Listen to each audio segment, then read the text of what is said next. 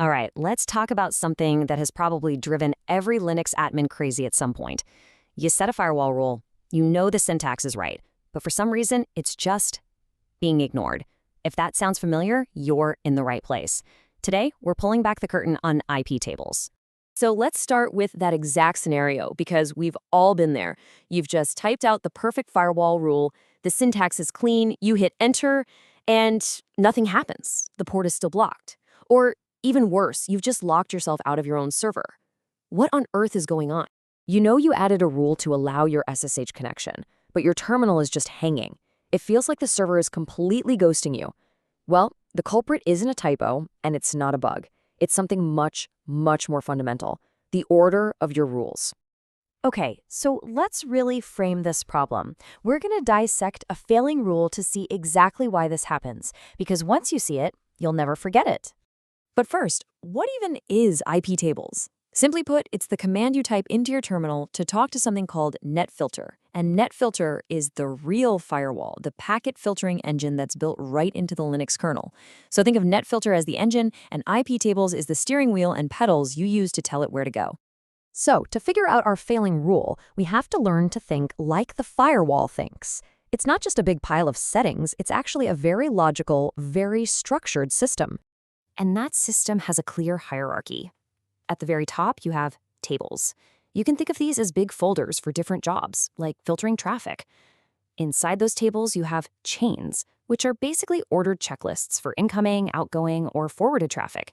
And you guessed it, inside each chain are the individual rules. Let's break that down just a bit more. A table, like the filter table, is what you'll use 99% of the time. A chain, like the input chain, deals with any network packet coming into your server. And each rule has two simple parts: a match, which is the question, like, is this packet for the SSH port?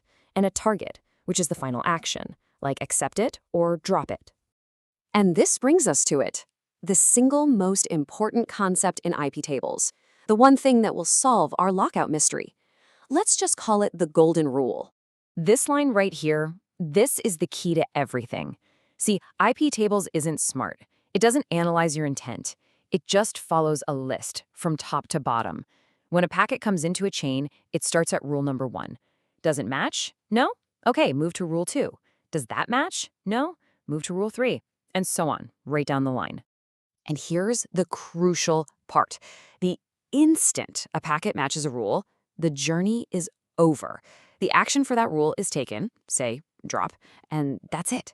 The firewall is done with that packet. It doesn't keep going down the list to see if maybe a later rule would have accepted it. The first match wins, period. Which brings us right back to our original problem. Look at this rule set. Rule number 1 is a very broad, very simple rule: drop everything.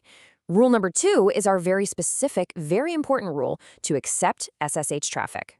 So with this order, are you going to be able to SSH into your server? Think about that top-down journey for a second. The answer is a definite no. Your SSH packet arrives. The firewall looks at rule 1. Does it match all traffic? Yes, of course it does. What's the action? Drop. So your packet is thrown away instantly, and the firewall never ever even gets to see your beautiful allow SSH rule waiting patiently in the second spot. So let's just burn this into our brains. Top to bottom, first match wins. If you remember nothing else, remember that. It is the key to mastering IP tables. Okay, so we get it. Order matters. Now, how do we fix it? Well, it all comes down to how you add your rules to the chain in the first place. You've basically got 2 commands for this. The first one, stands for append. This tacks your new rule onto the very end of the list, giving it the lowest possible priority. But then you have I, which stands for insert. This puts your rule at the very top of the list, or at any specific line number you want, giving it the highest priority. So when you're locked out, which one do you think you need? Right, enough theory. Let's actually walk through this. We're going to lock ourselves out, and then we're going to use what we just learned to get ourselves back in. Okay, so step 1, we set our default policy to drop. This is a great security practice. It means anything that doesn't explicitly match a rule gets dropped. Now, here's the classic mistake. We use -A to append our SSH rule. That rule goes to the bottom of the list, and if we have other drop rules, it will never get seen. So we're still locked out. The fix is to use -I to insert our SSH rule at line 1. That makes sure it is the very first thing the firewall checks, guaranteeing our access before anything else has a chance to block us. And how can you actually see this order for yourself? This command is your new best friend. iptables -list -line numbers. It will print out all your rules in the exact order they're processed, complete with their line numbers. This is your go-to diagnostic tool. So, with everything we've learned, we can now make a simple checklist to make sure this headache never happens to us again.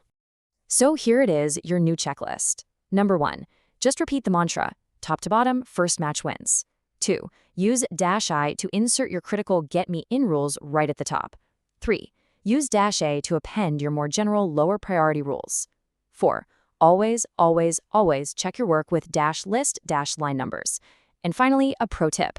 Make sure you allow yourself access before you start putting in broad drop rules. And that really brings us to the final thought here. Now that you understand that order is everything, it's probably a good time to go look at your existing firewall rules. Are there rules being ignored? Are there broad rules at the top that are accidentally blocking things you wanted to allow? Understanding the logic of the list is the key to it all.